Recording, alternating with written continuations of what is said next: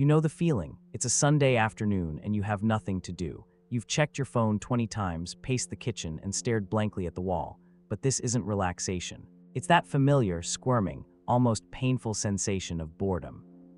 We treat boredom like a trivial inconvenience, but what if I told you it's actually a sophisticated alarm system built into your brain? It's not a lack of things to do. It's an active, uncomfortable state your mind is forcing you into. And your brain does this for a very good and slightly unsettling reason. Boredom, from a scientific perspective, is an aversive emotion. This means it's something we are biologically programmed to want to escape. Think of it like a low-level anxiety. For our ancestors, sitting idle wasn't neutral. If you weren't hunting, learning, or preparing, you were falling behind, and sometimes that could be fatal. So your brain developed a psychological trigger, boredom, to push you toward activity, exploration, and problem-solving. It's an evolutionary mechanism designed to prevent stagnation. Imagine a caveman sitting by the fire when he should be sharpening his spear. That restless discomfort isn't random. It's the internal pressure saying, this inactivity is risky. Get up and prepare for what's next. That same drive is still active in your 21st century brain, even when the risk is just wasting another afternoon. The discomfort of boredom is deeply linked to attention. Your brain is a sophisticated pattern matching system, constantly searching for something meaningful to engage with.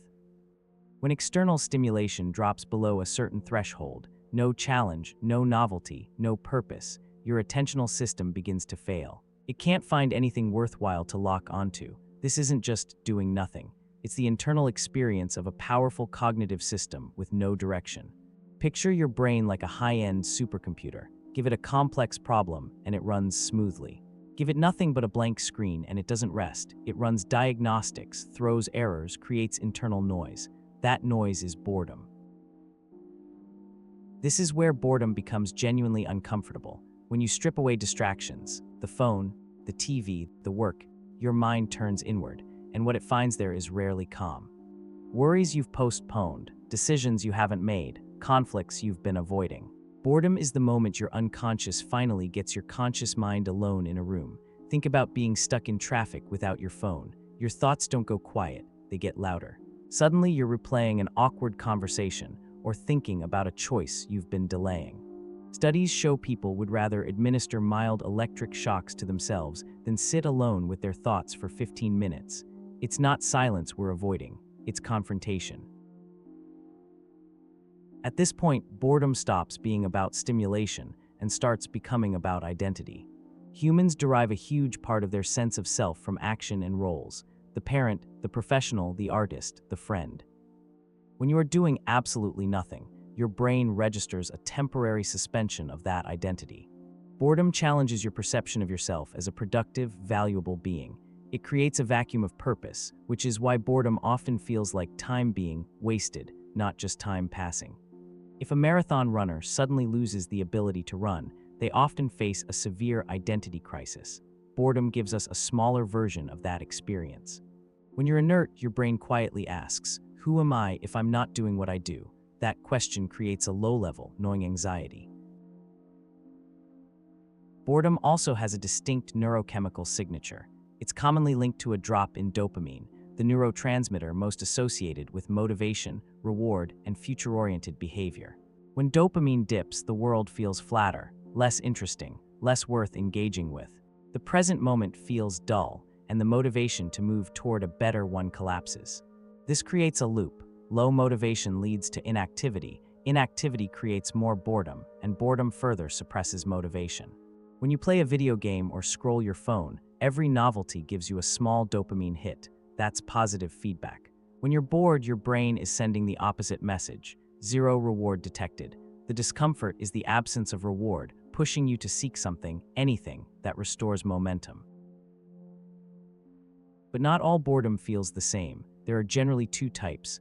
The first is apathy, low arousal boredom. Numb, withdrawn, detached. The classic can't be bothered feeling. The second is restlessness, high arousal boredom. Fidgeting, irritability, pacing. A desperate urge to change something without knowing what. This is the alarm in its most painful form. Think about waiting at an airport gate. If you're half asleep and detached, that's apathy. But if you're checking the board every 30 seconds, tapping your foot, sighing loudly, that's restlessness. That's your brain protesting its underutilization. This distinction matters. Sometimes boredom is a healthy signal pointing toward growth, challenge, or meaning. Other times, especially during burnout or depression, boredom is a sign that your system is exhausted, not understimulated. The difference is how it feels: pressure versus emptiness. Restless boredom usually points at avoidance. Numb boredom often points at depletion. And this is the part most people miss. Boredom isn't asking for entertainment. It's accusing you of avoidance. It doesn't push you toward pleasure. It pushes you toward growth. When you instantly kill boredom with distraction, you silence the alarm without addressing what triggered it. But if you sit with it just long enough, it starts to clarify what's missing. A creative urge you've ignored, a routine that's gone stale, a decision you don't want to face. The reason boredom hurts is because it highlights the gap between how you're living and what your brain knows you're capable of. Used correctly, boredom isn't wasted time. It's the moment before engagement.